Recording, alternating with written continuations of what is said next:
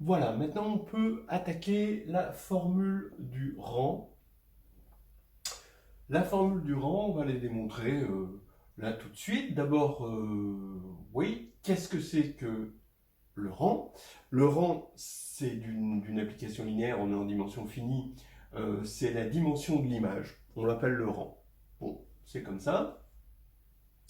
La formule, elle nous dit que la dimension du noyau plus le rang, c'est-à-dire la dimension de l'image, est égale à la dimension de E.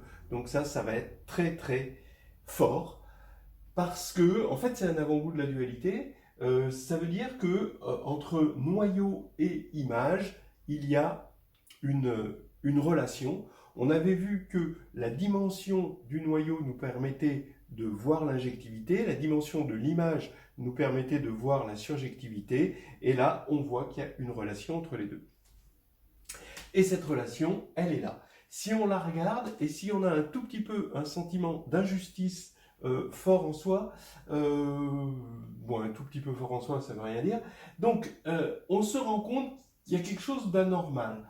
La dimension ici, plus cette dimension, c'est la dimension de E. Donc, notez bien que E, c'est l'ensemble de départ. Pourquoi l'ensemble d'arrivée n'est pas intervenu là-dedans? Pourquoi on ne voit pas l'ensemble d'arrivée? C'est injuste. Pourquoi il y en a toujours pour E et pas pour F? Alors, c'est là où la dualité va nous rétablir F. Si vous remplacez, donc je vous le dis comme ça, hein, pour ceux que ça choquerait, bon, d'abord ça fait du bien de voir que c'est l'ensemble de, voilà, l'espace de départ qui est important, hein. Mais pour ceux que ça choquerait, bah, passez à la dualité, c'est-à-dire ici vous avez codim de ker F, donc la codimension, donc dim de E moins la dim de ker F, et codim ici de im de F, donc c'est la dimension de F moins la dimension de im de F, et ben vous allez avoir élimination, et là vous allez avoir la dim de F. Donc, si vous voulez, vous avez une formule duale qui dit codim de clair F plus codim de im F égale dim de F cette fois-ci, et la justice est enfin rétablie. Ça fait un pas de plus pour la paix dans le monde. Et oui, bien sûr. Et merci Gaston. Voilà, on a un militant avec nous. Alors, on va montrer cette formule et on commence par un petit lemme. C'est un lemme qui sert pas qu'une fois, hein, c'est pas un lemme Kleenex, hein, comme ces lemmes-là qu'on trouve dans le commerce. C'est un lemme pérenne que vous pouvez garder, comme les mouchoirs en tissu. Euh, vous avez, c'est dégoûtant, donc rappelez-vous bien de ce lemme, hein, il va être important, pas que pour cette preuve. Ensuite, il faut toujours l'avoir à l'esprit. Soit F une application linéaire et S un sous-espace vectoriel, on peut regarder la restriction de F à S et elle est injective, d'accord, si et seulement si ker de F et S sont en somme directe. C'est vraiment pas difficile, regardez la preuve, bon, vraiment, moralement, elle fait qu'une ligne, quoi, hein. Qu'est-ce que c'est que, bon, l'injectivité, autant dans les applications ensemblistes, ça se regarde avec une relation d'équivalence, donc, mais là, ça se regarde juste avec un noyau.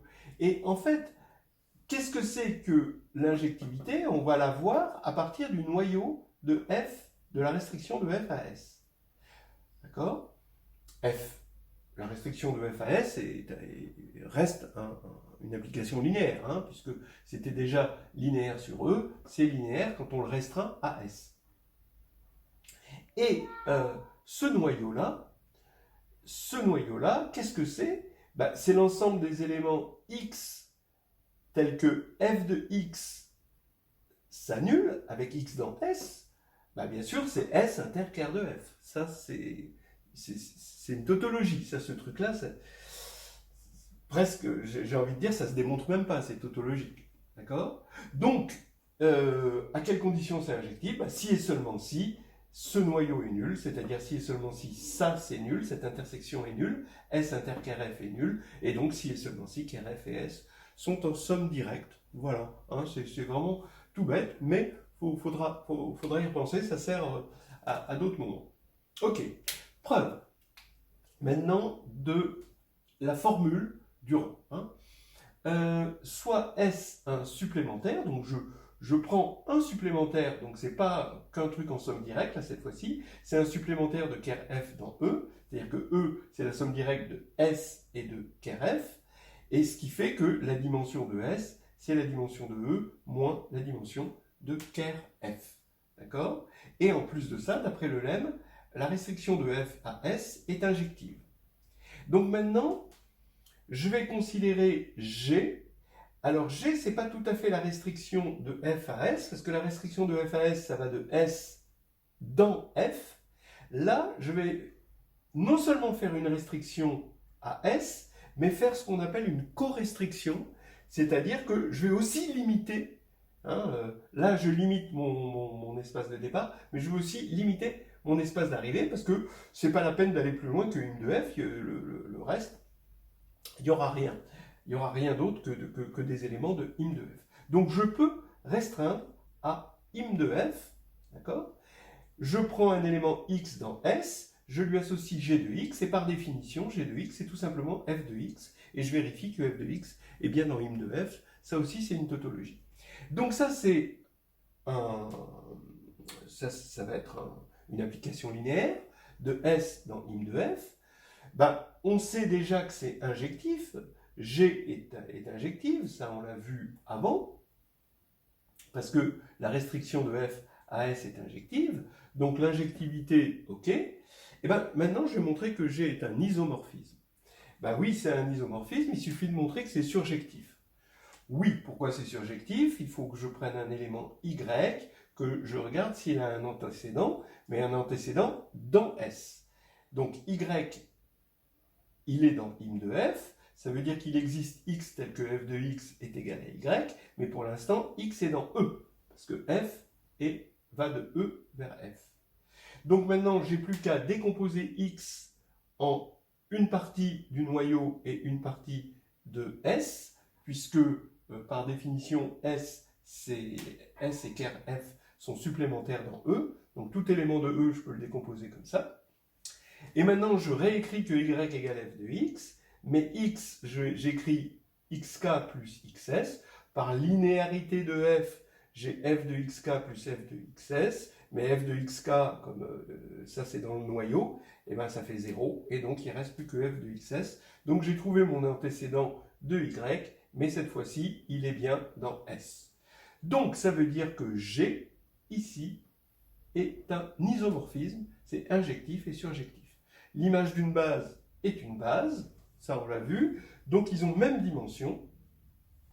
Et donc la dimension de im f, c'est la dimension de S, mais la dimension de S, c'est, on l'a vu, la dimension de E moins la dimension de KRF, parce qu'ils sont supplémentaires, et donc ça nous donne la formule du rang, et si on veut, la formule, on appelle la formule du corant, hein, ici, et ça, c'est dim de f. Voilà, hein, comme ça, si on veut.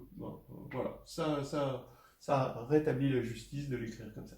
Très bien. Alors, on vient de voir un résultat important, et un résultat important se calcule à son nombre de corollaires, et il y en a plein. On va voir quelques corollaires. Le premier corollaire, qui n'est pas forcément le plus utilisé ce sera le second, c'est que si on prend petit f dans L de EF, donc une application linéaire de E dans F, alors f est surjectif si et seulement si la dimension du noyau est égale à la dimension de E moins la dimension de F. On retrouve que si la dimension de F est plus grande que la dimension de E, strictement plus grande, ben ça va devenir négatif et on n'a aucune chance d'avoir une surjection. Ça, on le savait. Hein, c'était voilà. Alors, comment ça se démontre? D'abord, pourquoi c'est un résultat intéressant? Parce que la surjectivité, c'est quelque chose qu'on n'aime pas beaucoup. L'injectivité, les noyaux, c'est quelque chose qu'on aime mieux. D'accord? Parce que pour surjectif, il faut inventer un antécédent. Là, on n'a rien à inventer, il suffit d'écrire ceci égale 0, et puis d'aller tout droit, hein, en quelque sorte. Donc bon, c'est vrai que là, du coup, on passe de quelque chose qu'on n'aime pas trop faire, et là, à quelque chose qu'on aime un peu mieux faire. Donc c'est une bonne... hein, quand vous voyez une équivalence dans un théorème, hein, regardez ce qui est difficile et ce qui est plus facile. Hein, et généralement, pour la preuve, c'est l'implication. Voilà, bon, j'arrête là. Ici, la preuve, f est surjective. Bah, si et seulement si l'image de petit f, c'est grand F, ça c'est une définition. Si et seulement si le rang, donc la dimension de l'hymne de petit f, c'est l'hymne de grand F, ça c'est pas tout à... On l'a déjà vu, hein, ça vient du fait que quand on est inclus, pour avoir l'égalité, ici on a une inclusion, et pour avoir l'égalité, il suffit d'avoir la dimension, ça c'est des choses qui proviennent de ce qu'on a vu sur les espaces vectoriels. Et donc, maintenant, avec la formule du rang, plaf, on sort ça, et c'est fini. Vous voyez? Donc, on a bien hein, cette équivalence. Pour une fois, on n'a pas fait une application et une réciproque. Tout est équivalent. Ok. Alors, bon, bah tiens, on verra. On va peut-être pouvoir maintenant s'attaquer au dénombrement des applications surjectives, maintenant que ça se ramène à ça. On va voir. Corollaire. Ici, f appartient à AND de E, c'est-à-dire c'est une application linéaire qui va de E dans E. C'est à l'intérieur de E. Donc, maintenant, on a que f est injectif, si et seulement si f est surjectif, si et seulement si f est un isomorphisme. Voilà. Hein, donc, si f est injectif, bah, vous voyez que le noyau est nul, et comme ici f c'est E, bah, vous voyez qu'on a bien cette égalité, donc on a bien la surjectivité d'après ce corollaire, d'accord? Et si f est surjectif, bah, f est injectif, parce que, bon, voilà, c'est la réciproque de ça, de toute façon, on va dans l'autre sens. Donc ça provient directement de cette formule, avec dim de f égale dim de E.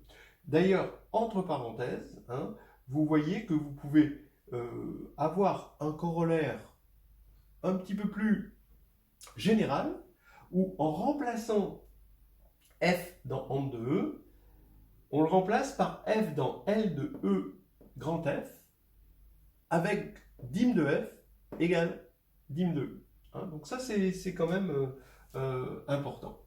Alors ici, f injectif, f surjectif, donc à partir du moment où il sera injectif et surjectif, ce sera un isomorphisme. On dit aussi un automorphisme. D'accord? Et isomorphisme, justement, ce sera quand f sera différent de E, mais de même dimension, comme on vient de voir. C'est important de voir quelques contre-exemples. Et les contre-exemples, j'insiste sur le fait qu'on est en dimension finie. En dimension infinie, c'est faux. Donc ça venait de la dimension finie parce que on a des dimensions obligatoirement finies ici, sinon ça ne veut rien dire. Mais regardez, vous prenez, dès que vous voulez des contre-exemples, et regardez la dimension finie, commencez par regarder les polynômes. Donc vous regardez les polynômes, et là vous avez une application linéaire qui est claire, donc un endomorphisme hein, des polynômes, qui à P donne sa dérivée P'. Et c'est surjectif. Ben oui, puisque on peut toujours trouver une primitive d'un polynôme, d'accord, hein, voilà. Et c'est injectif, ben non, vous voyez. Pourtant, c'est un endomorphisme. C'est pas injectif parce que deux primitives sont à une constante près. Hein, d'accord. Donc les constantes vont vers 0 si vous voulez. Donc vous voyez que ça devient faux. Et maintenant, vous pouvez aussi avoir quelque chose de injectif mais non surjectif. Vous regardez la multiplication par x, à un polynôme on associe x fois p, et bien ça c'est injectif, d'accord, parce que l'anneau est intègre, donc quand on va multiplier par p, si on dit que c'est égal à 0, on peut simplifier par x et ça fait p égale 0, donc le noyau de mu x est nul, c'est injectif. Bon, c'est évidemment linéaire, je ne l'ai pas dit, mais Voilà, c'est clairement linéaire par distributivité, si vous voulez. Et maintenant, ce n'est pas surjectif, parce que l'image, ce sont les polynômes qui s'annulent en zéro. Hein, d'accord? Donc tout polynôme ne s'annule pas en zéro, et donc c'est pas surjectif. Voilà, c'était les contre-exemples. Et puis, bon, bah maintenant, tiens, bah, j'ai bien envie d'essayer de regarder si on peut compter les surjectifs sur encore fini, maintenant, puisque il n'y a plus de... Ça y est, on est passé de l'autre côté.